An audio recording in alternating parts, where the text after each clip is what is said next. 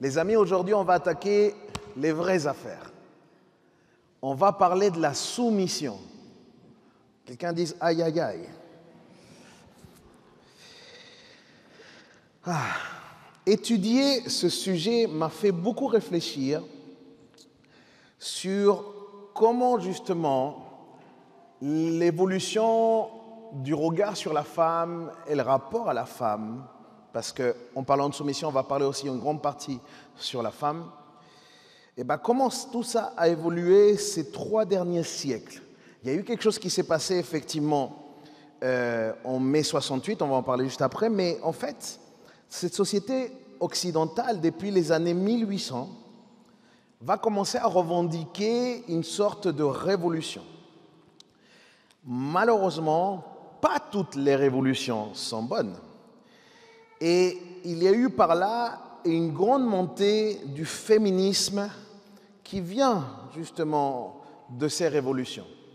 Priez pour moi parce que ça va être un message compliqué, je crois. Non, mais rassurez-vous, moi je ne parle que ce que le Seigneur me donne de parler. Vous réglez vos histoires avec Dieu, ok? En mai 68, ça marque particulièrement une révolution qui est liée à la révolution sexuelle, en fait. Mais en fait, quand on creuse un peu, ce n'est pas que sexuel, parce que cette révolution sexuelle amène à une révolution morale. Et c'est ça qui est le plus compliqué, c'est ça qui vient complexifier les choses.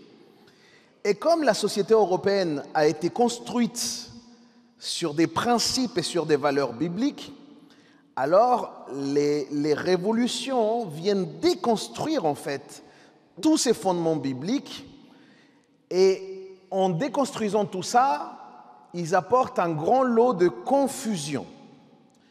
Et la particularité, c'est que généralement, toute révolution, elle naît du peuple, elle naît d'en bas, ok?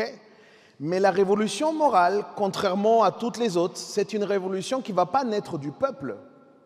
Elle va naître des autorités. Elle va naître d'en haut, en fait.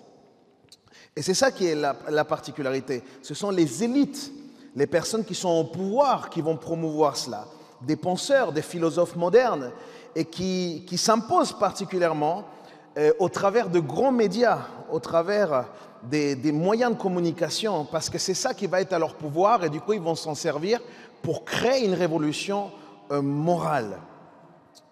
Et ce qui va se passer, c'est que je crois, moi personnellement, que finalement ce qu'ils pensent pouvoir gérer, ou qu'ils pensent pouvoir maîtriser comme révolution, n'échappe absolument pas à la souveraineté de Dieu. Ça n'échappe pas au contrôle que Dieu a sur toutes choses et sur tous les temps. Il n'y a absolument rien qui dépasse à Dieu. Je voudrais te rassurer, mon frère, ma sœur, dans toute l'histoire de l'humanité, Dieu n'a jamais été en panique. Jamais. Ok? Il ne s'est jamais stressé. Ok? Dieu peut regarder BFM TV toute la journée, il ne se stressera pas. Tu vois? En fait, Dieu a toujours été au contrôle parce que c'est ça la souveraineté de Dieu. C'est le fait qu'il peut tout gérer, c'est le fait qu'il n'y a rien qui le dépasse, rien qui le surprend. Et en fait, je crois que quelque part, les amis, et c'est peut-être quelque chose qui n'engage que moi, mais je crois que cette révolution morale qui fait tellement de mal à la société, c'est une manifestation tout de même de la justice de Dieu. Laissez-moi aller un petit peu plus loin. Pour qu'il y ait justice, le mal doit être puni. C'est très important, les amis. Il ne faut pas qu'on ait une vision de Dieu que simplement Dieu est amour, que Dieu pardonne, et que Dieu est gentil, et que Dieu sauve, etc. Tout ça est vrai. Mais c'est vrai aussi que Dieu est juste. Et s'il est juste, il ne peut pas rester indifférent face au mal. Et donc, je crois que dans les temps modernes, c'est quelque chose, c'est comme une sorte de manifestation de justice, une punition qui tombe parce qu'on a voulu se défaire de l'Évangile et de ce qu'il représente. Du coup, aujourd'hui, on subit les catastrophes d'une morale qui n'existe presque plus. On a voulu abandonner le Dieu créationnel. Et je vois dans la parole de Dieu que quand Dieu veut sauver son peuple, eh bien souvent, avant le salut-là, il y a aussi une punition qui tombe. On le voit dans le livre de Daniel, par exemple, avec Nabuchodonosor, ou on le voit dans le livre de Jérémie. Et ce qu'il faut comprendre, c'est que pour qu'il y ait justice de Dieu, il faut aussi qu'il y ait colère de Dieu. Et ce que je vous dis là est profondément biblique. Et vous allez me dire, mais Léandro, nous sommes dans les temps de la grâce, maintenant, tu sais, il y a Jésus, etc. Et vous avez bien raison. Mais il ne faut pas oublier que même dans le temps de la grâce, il y a un monde qui est condamné. Il y a un monde qui est condamné. Et pourquoi c'est tellement important peut-être de pouvoir le considérer? C'est parce qu'en fait, il y a une grande différence entre ceux qui ont donné, ils ont mis leur confiance en Jésus. Elle est là la grande différence. C'est que si nous avons mis notre confiance en Jésus, cette punition qui tombe sur le monde, ce n'est pas une punition qui tombe sur nous, parce qu'elle est déjà tombée sur Jésus. Et du coup, Jésus a déjà pris la punition à notre place. Pourquoi c'est tellement important de parler de quelque chose comme de la soumission dans les temps qu'on vit? Eh bien, d'abord, parce que c'est biblique. Et la deuxième chose, c'est parce que ça fait partie de notre vision d'Église. Dans notre vision d'Église, je vous avais partagé que nous aspirons à être une maison qui aspire à une vie familiale biblique. Et une vie familiale biblique se base sur des principes. Et vous n'êtes pas sans savoir que la famille est l'institution que justement l'ennemi se charge de pouvoir détruire ou d'essayer de détruire. Il l'attaque, il l'attaque, il l'attaque. Pourquoi? Parce que si dans la famille ça ne va pas, alors tout le reste ira mal en fait. C'est le socle sur lequel repose la société. Et Paul parle d'un sujet qui amène justement énormément de débats, particulièrement dans ce qu'on appelle la société postmoderne. C'est le sujet de la soumission, et particulièrement la soumission de l'épouse à son mari. Est-ce qu'il y a des couples qui sont ensemble là ce matin? Levez vos mains, ceux qui sont ensemble. Sont venus les deux, ceux qui sont venus les deux. Vous êtes à côté? Oui, là-bas aussi? Ok. Regarde ton épouse, regarde ton époux et dis-lui, il y a des trucs pour toi, il y a des trucs pour moi dans cette histoire.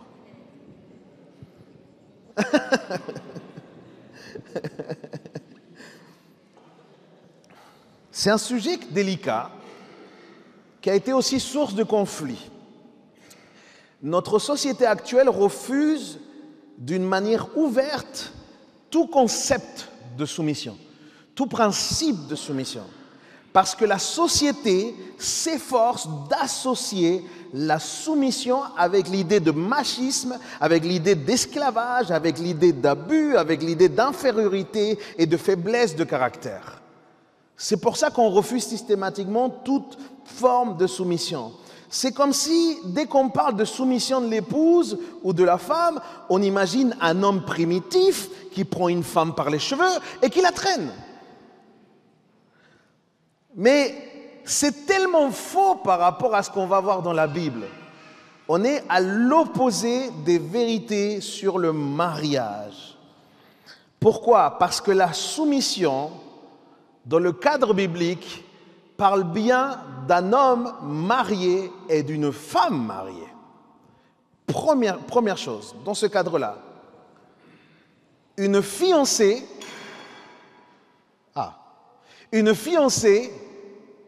n'est pas appelée à se soumettre à ce fiancé. Les sœurs disent Amen. C'est très important. Hein?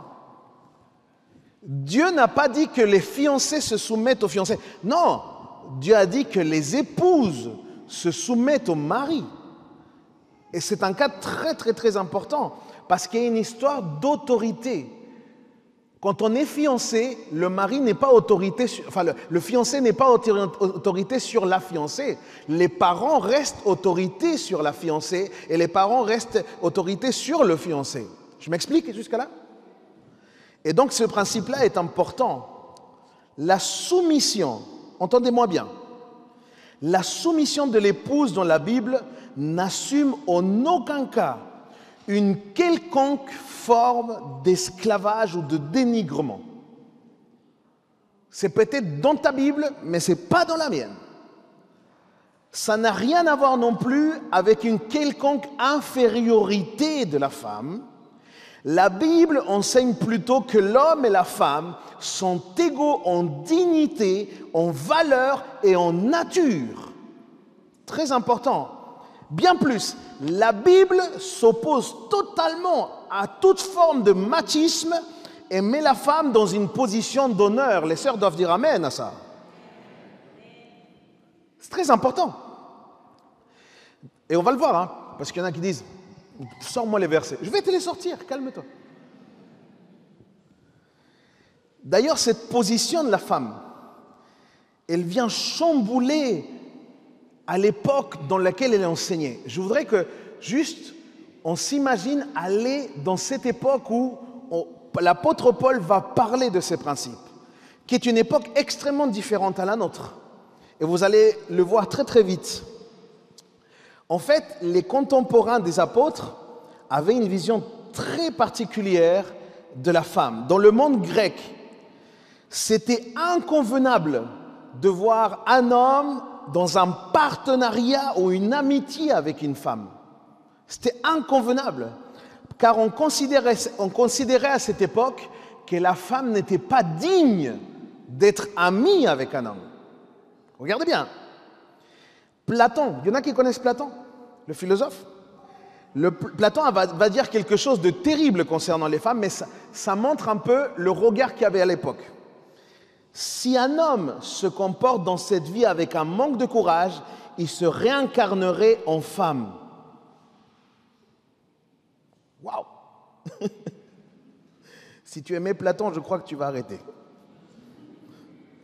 Pour Platon, devenir une femme, c'est une punition. Hein. C'est le karma qui s'abat sur toi. C'est ça pour lui. Hein. Ok? Et du temps de Paul, dans le monde romain, on considérait la femme comme un bien meuble. En gros, c'était l'appartenance de l'homme. C'était l'appartenance. L'homme avait une maison, l'homme avait un moyen de transport, l'homme avait une télé, et il avait une femme. Je m'explique? C'était ce genre de considération, c'est terrible. Légalement, parlant des femmes, la femme avait une position similaire à celle des esclaves. On appelait les femmes imbecilitas.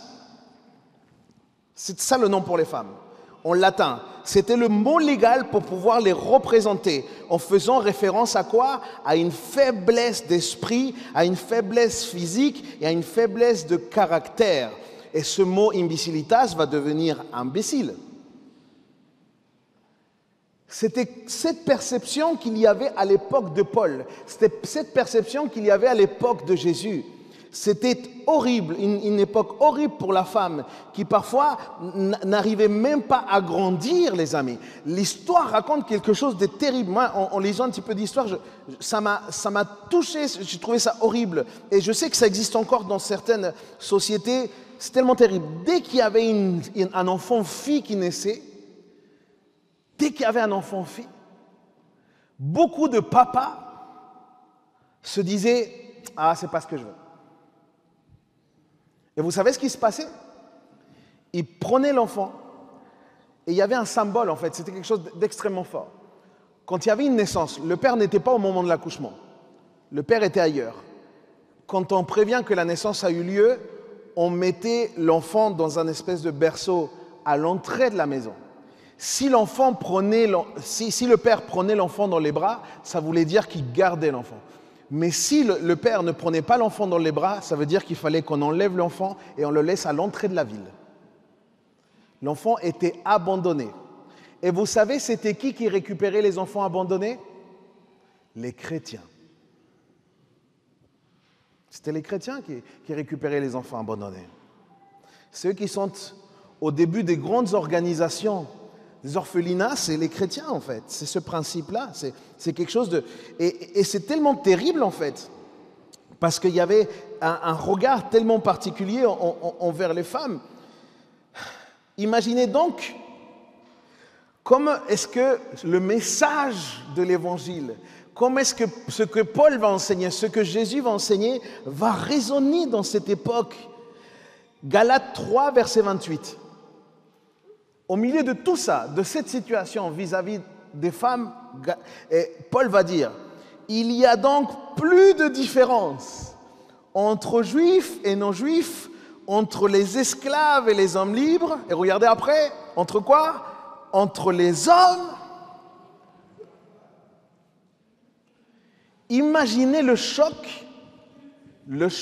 sociétaire qu'il a dû provoquer à ce moment-là. Et regardez la raison. La raison, c'est parce que nous sommes unis à Jésus-Christ et parce que nous sommes un. Quelqu'un dit amen à ça.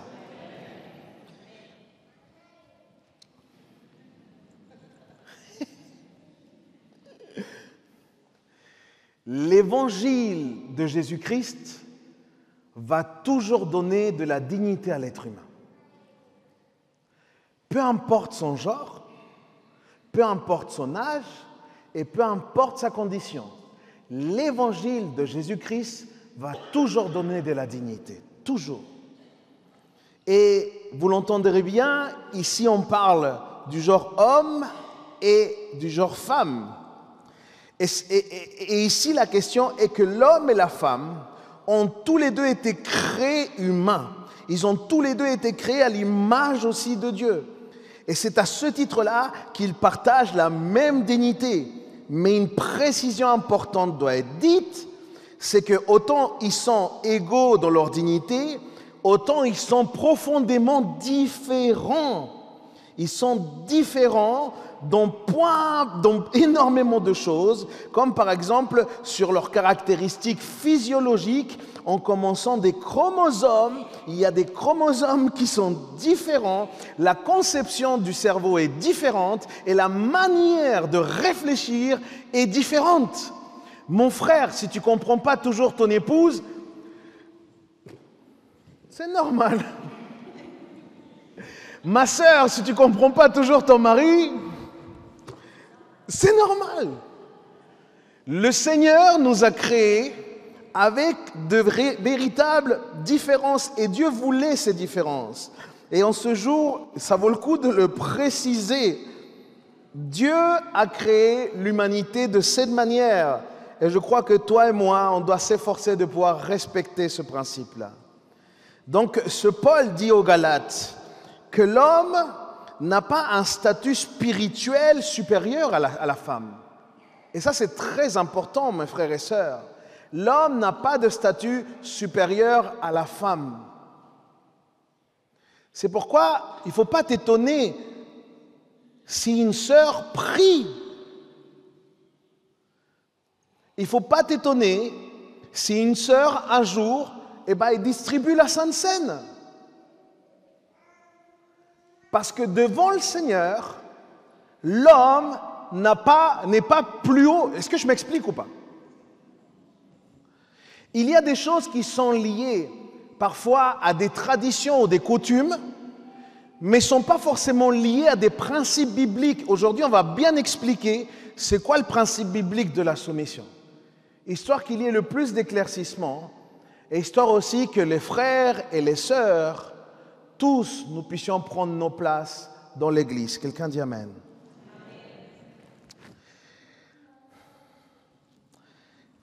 C'est pareil, quand il parle de statut, il dit il n'y a plus ni juif, ni non-juif, ni maître, ni esclave.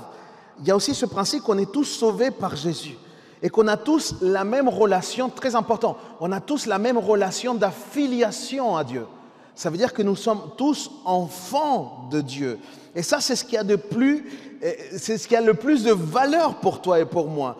Nous tous, on a la même espérance, nous tous, nous bénéficions du même salut. Et dans le royaume de Dieu, il n'y a pas de citoyens de seconde zone. D'ailleurs, Dieu n'a pas de neveu, ok? Dieu n'a pas de petits-fils, Dieu a des fils et des filles. C'est très très important. Et devant tant de mépris, les amis, qu'il existait dans la société à l'époque concernant les femmes, l'apôtre Pierre va même dire ceci, 1 Pierre chapitre 3 verset 7, nous dit « Vous de même, Marie, vivez chacun avec votre femme en faisant preuve de discernement. Elles ont une nature plus délicate. » Et regardez ce qu'il dit aux hommes. Traitez-les avec respect. Le mot respect ici, dans le grec, c'est aponemo. Et aponemo, c'est le même mot pour dire honneur. Il est en train de dire aux messieurs, honorez-les. Elles doivent recevoir avec vous la vie que Dieu accorde dans sa grâce. Là, c'est le moment où les sœurs vous dites, c'est pour toi, mon mari.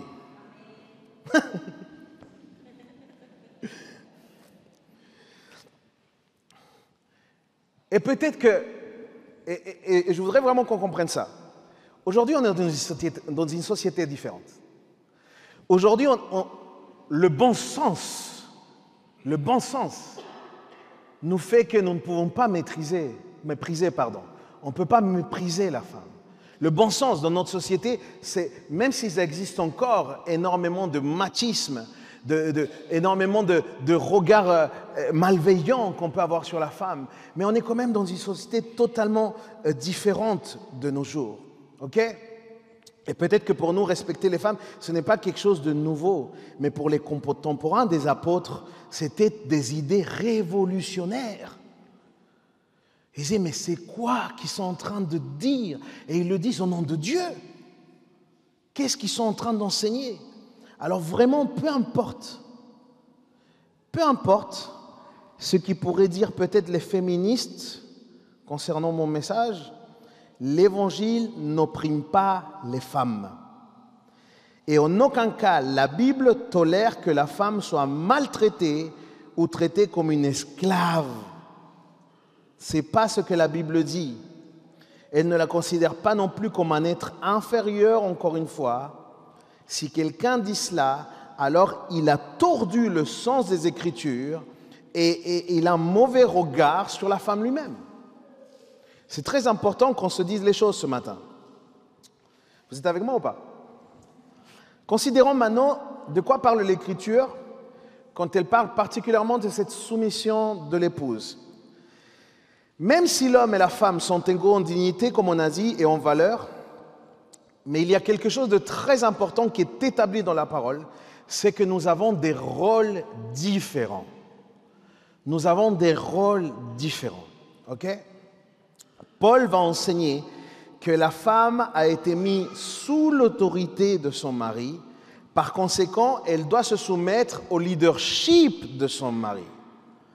Et pour bien comprendre c'est quoi le leadership du mari, je vous invite à regarder une prédication où j'ai parlé sur l'autorité de l'homme. Il y a quelques mois, j'ai parlé sur ça, elle est sur YouTube. L'autorité de l'homme, c'est le complément à cette prédication. Et la conclusion, c'est que l'autorité que l'homme doit exercer, c'est que c'est un homme qui doit exercer, il doit être leader-serviteur. C'est ça l'appel de l'homme. Leader-serviteur. Et Paul va enseigner ici quelque chose de particulier. Et il faut se poser la question, mais de quelle soumission parle-t-on? Parce que comment est-ce qu'elle fait lorsqu'un homme, par exemple, n'est pas soumis à Dieu? Quand un homme n'est pas soumis à Dieu, alors comment est-ce que la femme peut faire? Pourquoi doit-elle se soumettre? C'est quoi les raisons? Et de quelle manière pratique est-ce qu'une femme se soumet? Vous voulez qu'on réponde à ces questions? On va y aller. Éphésiens chapitre 5, versets 21-23. Parlons d'abord de la provenance de la soumission biblique. Éphésiens 5, versets 21-23. Et parce que vous révérez le Christ, vous vous soumettrez les uns aux autres. Vous femmes en particulier, chacune à son mari, et cela par égard pour qui? Pas pour le mari. Ce n'est pas par égard au mari. C'est par égard pour le Seigneur. Le mari, en effet, est le chef de sa femme, comme Christ est le chef et la tête de l'Église, qui est son corps et dont il est sauveur. Il existe dans la Bible, donc, des principes forts, des principes d'autorité. Ces principes nous sont nécessaires pour accomplir la volonté de Dieu. Dieu établit un schéma pour créer la communauté avec des principes d'autorité. Il faut comprendre ça, les amis. Sans autorité, il n'y a pas d'ordre. Sans autorité, il n'y a pas d'ordre. L'autorité est nécessaire parce que s'il n'y a pas d'ordre, il n'y a pas non plus de société qui peut fonctionner. Donc, pour le bon fonctionnement d'une vie communautaire, il nous faut de l'autorité. Et attention, on dit de l'autorité, pas de l'autoritarisme. OK? L'autoritarisme, c'est quelqu'un qui impose et qui soumet les autres. Une autorité, elle est reconnue par les gens, respectée. Je m'explique ou pas? Il y a quelque chose d'extrêmement différent. Ce principe est le même dans notre société civile, où nous devons nous-mêmes nous soumettre aux autorités civiles. Dans l'Église, on peut se soumettre aux autorités aussi de l'Église, c'est aussi important. Comme les enfants se soumettent aux parents, comme les employés se soumettent à leur patron. L'invitation est celle de respecter profondément nos autorités. Dis à ton voisin, il a vraiment parlé de ton patron, oui. Parce qu'il y en a qui... C'est dur ce principe, je sais. Dans le foyer, Dieu établit aussi un ordre. Et l'ordre, c'est le suivant. L'homme doit exercer un leadership et la femme est invitée à se soumettre à ce leadership. Et là, je sais, les amis, que je touche un point très compliqué parce que nous sommes dans une époque dans laquelle il y a une crise de l'homme. Nous sommes dans une société où l'image de l'homme a été tellement dégradée et les hommes ont de plus en plus de mal à reconnaître c'est quoi leur place, c'est quoi leur rôle et c'est quoi leur autorité. Je sais qu'on est dans un défi, mais les amis, la parole de Dieu reste la vérité. Et si on s'attache à la parole de Dieu, ça va bien se passer. C'est grâce à la parole de Dieu qu'on va y arriver. Encore une fois, cela ne dénigre en rien la femme. Ça ne la met pas en position inférieure. Et je vais te dire pourquoi. De la même manière que le Fils, Jésus-Christ, s'est soumis à l'autorité de son Père, cela ne l'a pas empêché de demeurer Dieu. Je m'explique.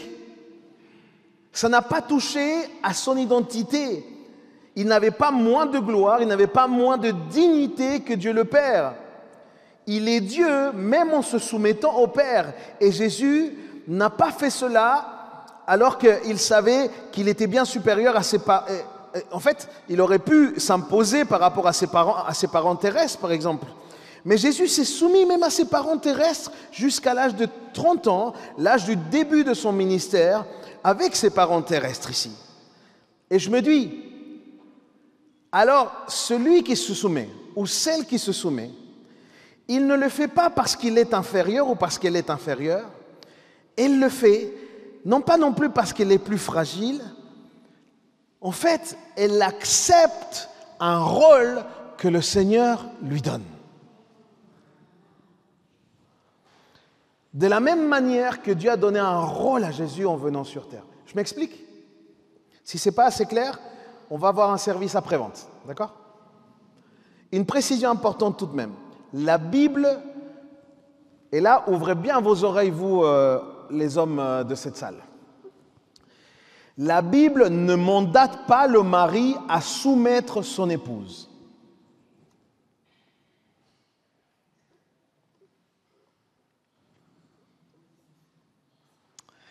La Bible ne mandate pas le mari à soumettre son épouse. La Bible mandate l'épouse à se soumettre à son mari.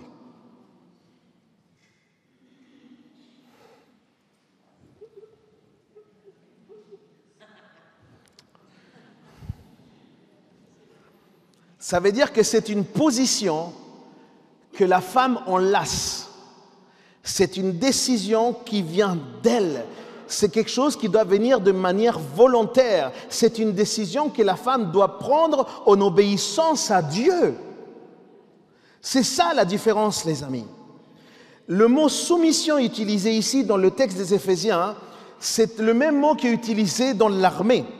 C'est-à-dire, ça fait référence au rang de l'armée. En gros, c'est se mettre sous le rang, sous l'autorité correspondante. C'est se soumettre d'une manière volontaire à l'autre. Et pourquoi c'est de manière volontaire? Parce qu'ici, le verbe qui est utilisé, les amis, c'est un verbe qui est dans le grec, qui est utilisé ici dans ce qu'on appelle la voix moyenne. Et pour comprendre un peu ce que ça veut dire en grec, quelque chose qui est conjugué en voix moyenne, en fait, il existe 3 types de voix de conjugaison en grec. Il existe la voix active, la voix passive et la voix moyenne. La voix active, c'est quand le sujet est l'auteur de l'action. La voix passive, c'est quand le sujet subit l'action. Mais la voix moyenne, c'est quand le sujet s'implique particulièrement dans l'action. Et c'est cette voix-là qui est utilisée ici dans le texte. C'est peut-être un détail, mais c'est un détail tout de même important. Ok? La voix utilisée dans ce passage, c'est la voix moyenne. Donc, le sujet, parlant des femmes, s'implique dans l'action de la soumission. Donc, ce n'est pas à l'homme d'opprimer, ce n'est pas à l'homme de ramener une espèce de pression sur la femme. C'est à la femme de se soumettre, et elle doit se soumettre par elle-même. Je vais vous dire, mes sœurs, et ouvrez maintenant bien vos oreilles, vous, parce que vous êtes bien contents de ce que je suis en train de dire à vos maris, là, vous. Mais écoutez bien, mes sœurs, c'est votre responsabilité. Et c'est votre responsabilité, non pas devant les hommes, c'est votre responsabilité devant Dieu. C'est votre responsabilité, c'est votre affaire. Vous choisissez d'obéir ou pas à un ordre divin. Mais pour parler de la soumission dans le cadre du mariage, il convient de parler aussi de ce qu'est le mariage dans la Bible pour parler vraiment de quel genre de soumission est attendu de l'épouse. Et je m'adresse là aux maris. Messieurs, nous ne pouvons pas avoir un rapport avec nos épouses comme si nous étions des chefs, ou des petits capitaines, ou des lieutenants. Pourquoi? Parce que toi et moi, nous ne sommes pas sergents. C'est pas ça. La relation que nous devons avoir avec nos épouses, elle est différente de toutes les relations qu'on doit avoir avec tout le monde. Elle est différente de la relation qu'on doit avoir avec nos enfants. Elle est différente de la relation, si tu es patron, que tu dois avoir avec ton employé. Si tu as des équipiers, tu as une relation encore différente avec tes équipiers. Pourquoi? Parce que la relation que tu as avec ton épouse, c'est une relation qui se base sur l'amour marital. Et ça change absolument tout. Parce que l'amour marital, c'est le principe de Jésus en disant « Marie, aimez vos épouses comme Christ a quoi? A aimé l'Église. » Donc notre rapport à nos hommes avec les femmes est complètement différent de tous les rapports qu'on peut avoir par ailleurs. Je m'explique? C'est quelque chose de très important.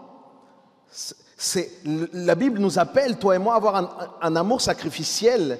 Et un amour sacrificiel, c'est un amour qui se traduit par des décisions d'amour chaque jour, en fait.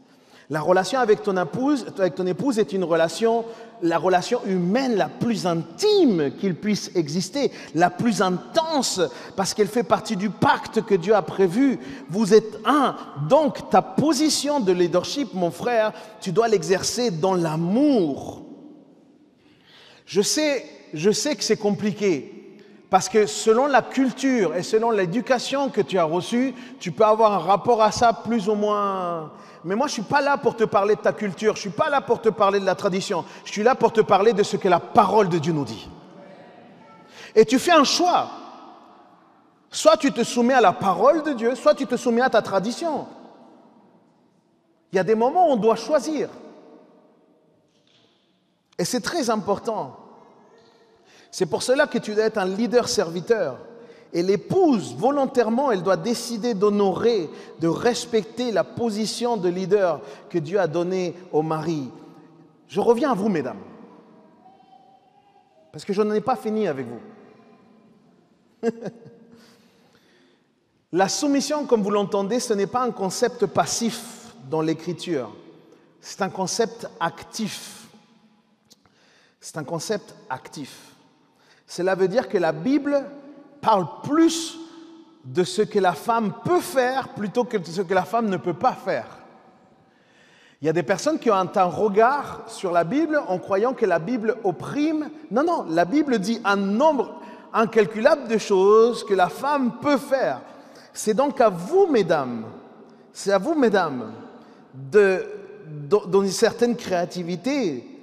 C'est à vous, en fait, d'être sous cette autorité qui a été établie. C'est à vous de la vivre selon la connaissance que le Seigneur vous donne au niveau de la parole. En gros, l'épouse se met à disposition tout ce qu'elle peut pour que le leadership de l'homme puisse être mené à bien et pour que la maison, pour que la famille puisse fonctionner. Et c'est en ça que c'est un vrai partenariat. Pourquoi, mes sœurs, vous n'êtes pas en compétition avec vos maris? Ce n'est pas une compétition, vous êtes dans la même équipe. La seule différence, c'est que votre mari il a un brassard de capitaine. Mais vous êtes dans la même équipe. Ça veut dire quoi, Léandro, que vous êtes dans la même équipe? Eh bien, ça veut dire qu'il faut travailler ensemble. Mais un brassard de capitaine, oui, ça veut dire qu'il a une autorité. Et ça veut dire quoi qu'il a une autorité? Je vais vous dire un truc qui ne va pas vous plaire, les sœurs, mais il faut que je vous le dise. C'est à qui revient le dernier mot?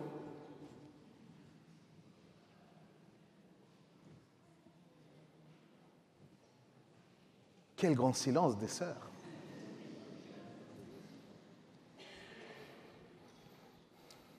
Ah, c'est dur ça. Mais si l'homme, il est dans une position de leadership, à qui revient ce dernier mot?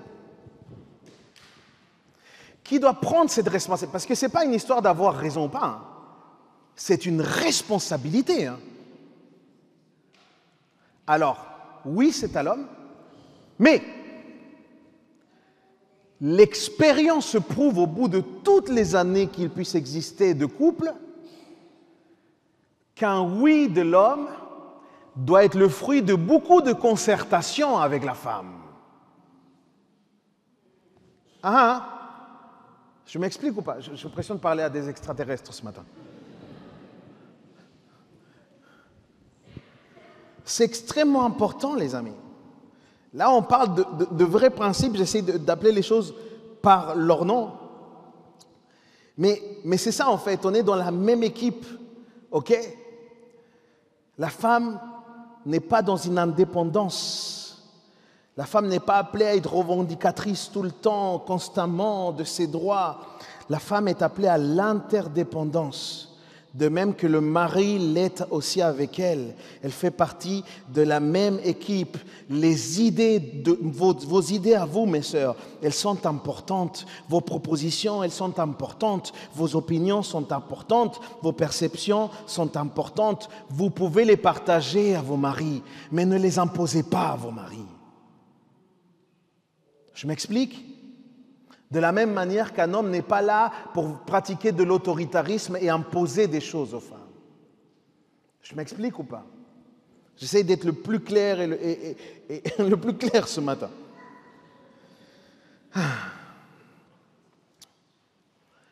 Mes frères, apprenons à écouter nos épouses. Il faut qu'on... Amen. Il faut qu'on apprenne à écouter nos épouses. Mon frère, si peut-être tu considères qu'écouter ton épouse c'est une faiblesse, je suis là pour te dire que c'est de la sagesse que d'écouter ton épouse. Si ton épouse connaît la parole de Dieu, si ton épouse aime le Seigneur, crois-moi, elle sera d'un conseil mais tellement, tellement puissant pour ta vie. Ton épouse t'aime, elle aime ta famille. C'est très, très important qu'on vive dans cette dynamique-là. La Bible dit dans Genèse 2, verset 18, que la femme est une aide. C'est une aide. Pour qu'elle soit, et pour qu'elle exprime cette aide, je veux dire, il faut qu'elle parle. Pour que la femme soit une aide, pour qu'elle soit dans cette identité, la femme doit réfléchir. Pour qu'elle soit une aide, la femme doit discerner. C'est ça l'interdépendance. Dieu a planifié ça comme ça, il a réfléchi ça comme ça. La femme n'est jamais inférieure, elle ne doit pas s'effacer ni s'oublier, non, c'est pas ça. La question est ici celle des rôles. L'homme doit exercer un leadership et la femme doit l'aider et l'appuyer dans ce leadership. C'est ça qui est important. La femme rentre dans la soumission biblique par obéissance et par respect à Dieu d'abord. Elle honore l'ordre divin par cela. Elle respecte profondément son mari. Si tu es chrétienne, si tu es fille de Dieu, cela te concerne. Tu dois respecter ton mari. Et c'est fou, mais l'homme est particulièrement sensible au non-respect. Si tu veux détruire un homme, je vais te donner la technique infaillible, tu n'as qu'à l'humilier sans cesse. Tu veux détruire un homme, il suffit juste de l'humilier. Et à chaque fois qu'il y a un non-respect, souvent il y a aussi une sorte d'humiliation pour l'homme.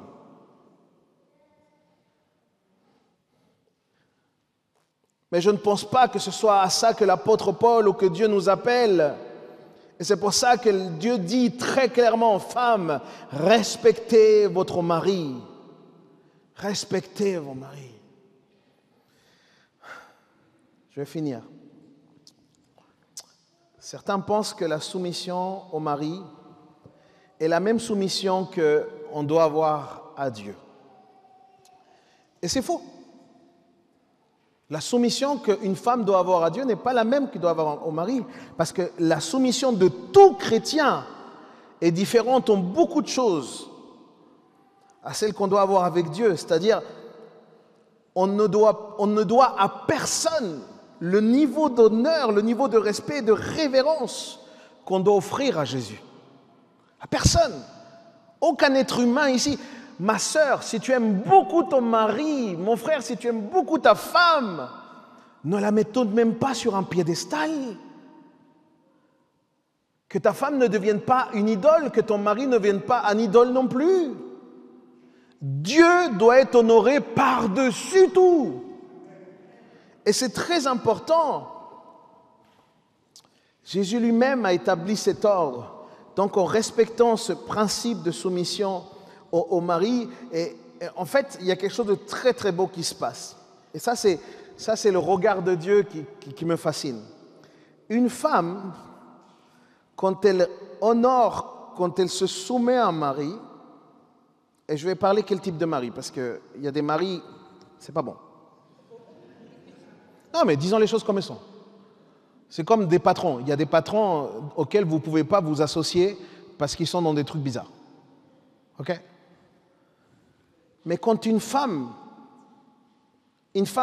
un enfant de Dieu, se marie, OK, avec un fils de Dieu, quelqu'un qui est né de nouveau, les deux sont nés de nouveau, et que cette femme se soumet à son mari, en fait, elle est déjà en train de se soumettre à Dieu. Je m'explique? Parce que si l'homme est soumis à Dieu, la femme est en train de se soumettre à Dieu au travers de cette soumission au mari. Allô? C'est ça qui est merveilleux dans comment est-ce que Dieu a réfléchi les choses. Et c'est très très important. Et c'est pour ça qu'il dit, femme, vous en particulier. C'est pour ça qu'il y a ce en particulier. Que chacune a son mari, cela par égard pour le Seigneur. Mesdames, la raison biblique pour laquelle vous vous soumettez à vos maris, c'est Jésus lui-même. La raison biblique, c'est Dieu lui-même. Vous le faites pour obéir à Dieu, vous le faites pour honorer Dieu. Et vous le faites en réponse à l'amour qu'il nous a donné. Vous le faites par respect à un ordre divin qui a été établi. Ma sœur, il y a beaucoup de gens, parfois j'ai beaucoup de sœurs qui arrivent dans mon bureau et qui se disent « Je voudrais faire ce qui est agréable à Dieu. » Et bien voilà une chose qui est écrite noir sur blanc, qui est agréable à Dieu. Tu as la possibilité de le faire, d'être agréable à Dieu tout en respectant ce qui est clairement stipulé dans la parole de Dieu. Tu vas être agréable à Dieu au travers de ça. Et je le sais très bien, malheureusement, beaucoup de maris, et je n'arrive, beaucoup de maris n'aspirent pas le respect. Beaucoup de maris ne font pas le job. Si on a un problème, les frères, on discute après, il n'y a pas de problème. Mais beaucoup de maris ne font pas le travail. Ok? Soit parce qu'ils manquent de sagesse, soit parce qu'ils n'ont pas de vie spirituelle sérieuse, qui n'ont pas un réel engagement avec Dieu, une réelle passion avec Dieu, une réelle relation avec Dieu, soit parce qu'on leur a toujours appris à être dur, et quand Dieu leur parle de douceur, ça ne leur touche pas, alors que Jésus était profondément doux, soit parce qu'il peut même être méchant avec les épouses. Et je vais vous dire quelque chose.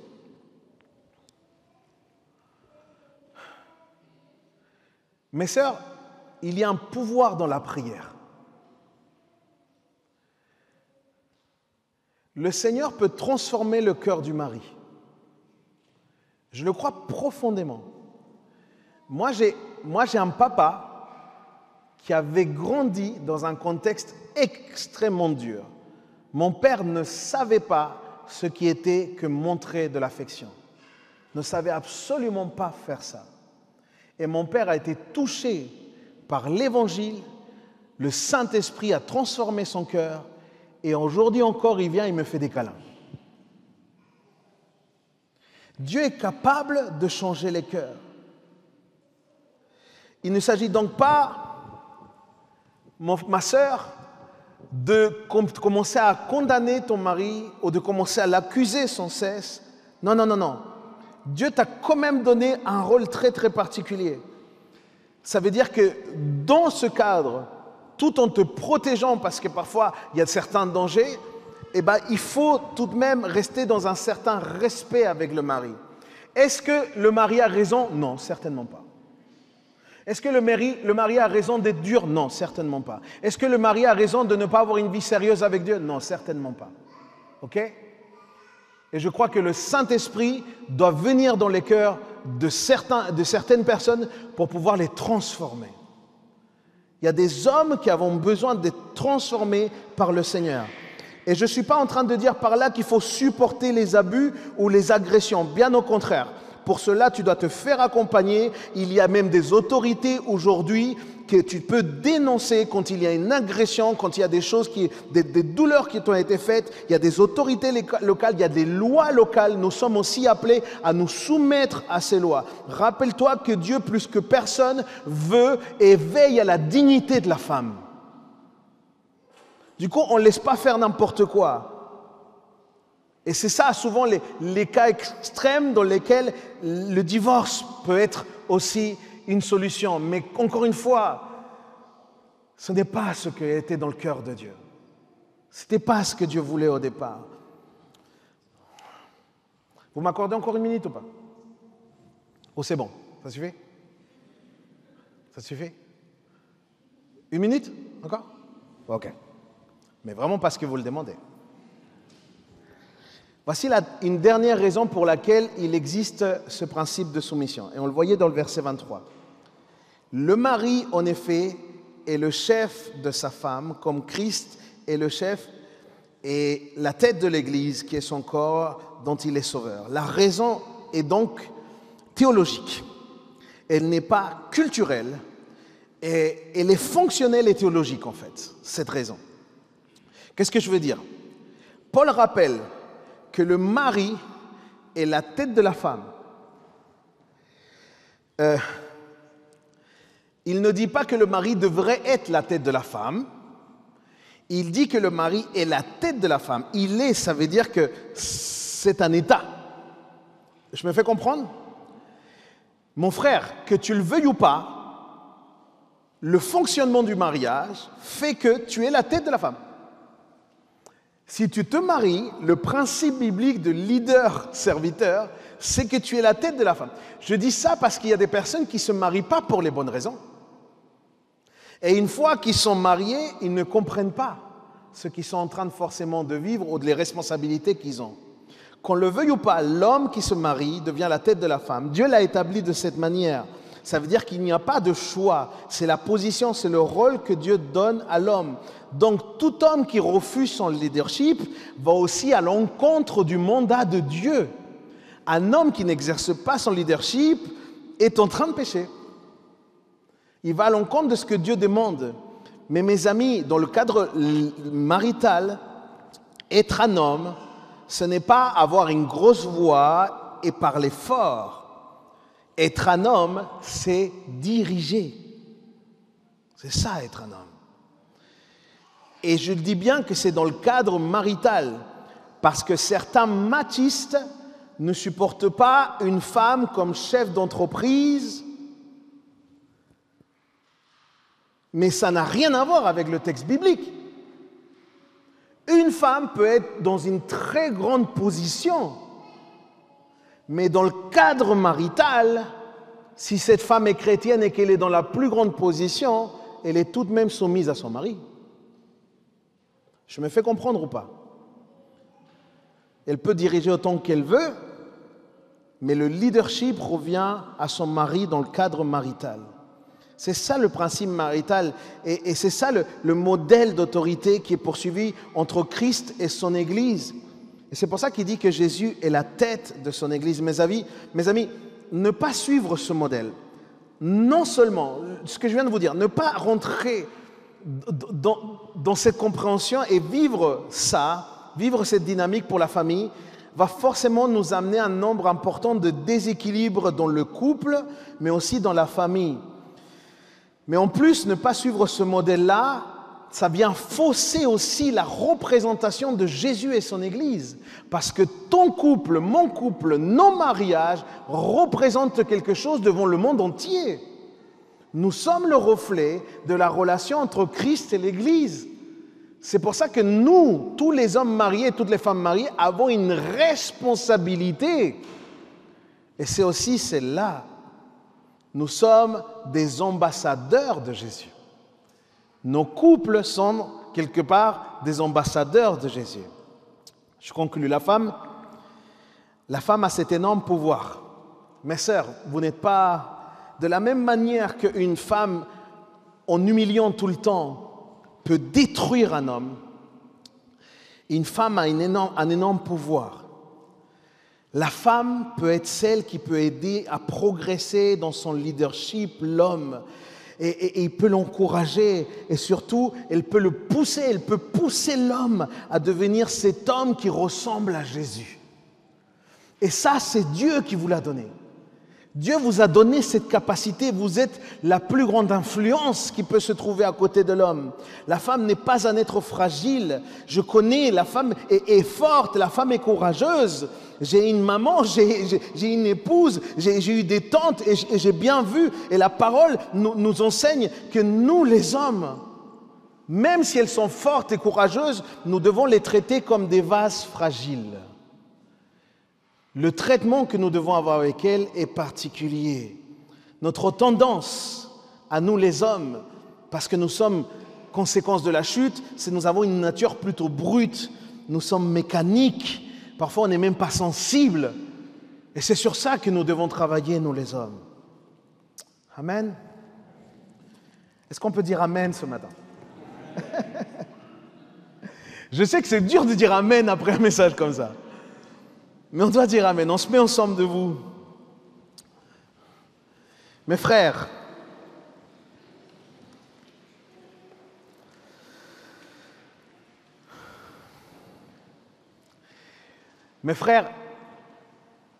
un petit dernier mot pour vous. Vous et moi, les frères, nous sommes inconscients de ce que le Seigneur demande à nos femmes. Nous sommes parfois à des milliers de kilomètres de comprendre ce que le Seigneur demande à nos femmes. Je ne sais pas pour vous, mais il m'est déjà très difficile par moments de me soumettre à Dieu. Alors imaginez particulièrement combien ça doit coûter à nos épouses parfois de se soumettre à nous.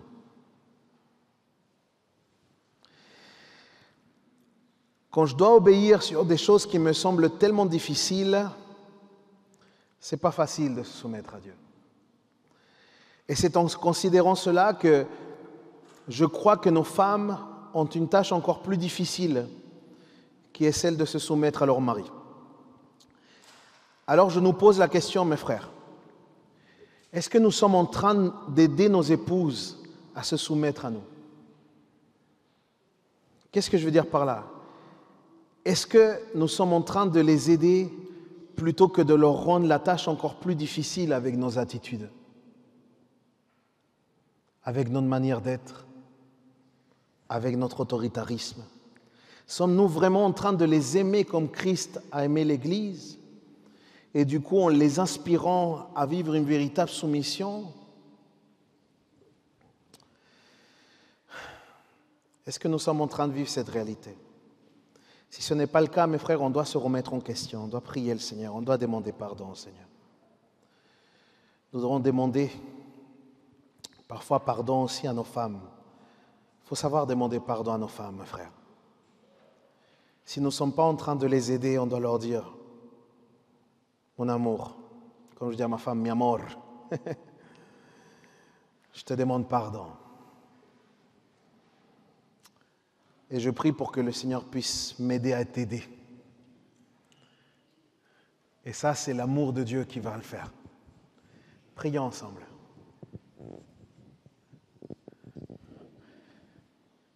Prions ensemble devant le Seigneur. Demandons à Dieu où est-ce que nous en sommes.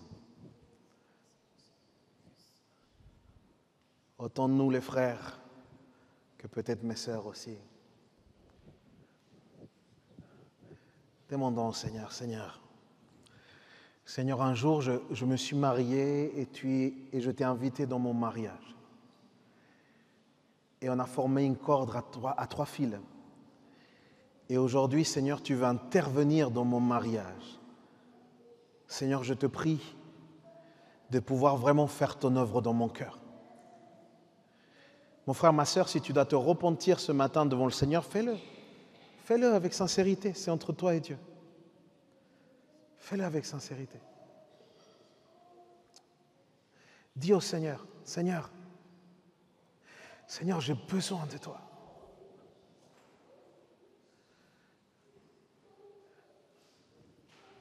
J'ai besoin de toi. Comme l'âne, est-ce que tu peux venir, s'il te plaît? Seigneur, j'ai besoin de toi. Ce matin, j'ai à cœur qu'on puisse prier pour les couples dans l'Église. Comme je vous l'ai dit, des familles solides font une Église solide. Je sais qu'il y en a qui ne sont pas encore mariés, etc. Et croyez-moi, cette prédication va vous être extrêmement, extrêmement importante pour ce jour-là où quand vous allez arriver dans le mariage. Mais c'est à vous qui n'êtes pas encore mariés de pouvoir prier pour ceux qui sont mariés ce matin. Pour que Dieu nous aide. Pour que Dieu nous aide pour refléter Christ et l'Église. Cette relation tellement merveilleuse. Cet amour tellement profond. Christ et l'Église. Amen. Si tu es à côté de ton épouse, prends la main de ton épouse un instant.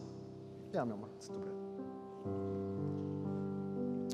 Mets-toi à côté de ton épouse un instant et prends la main de ton épouse. Tu vas prier avec. Va prier le Seigneur. Seigneur Jésus-Christ, il n'y a personne ici qui soit parfait.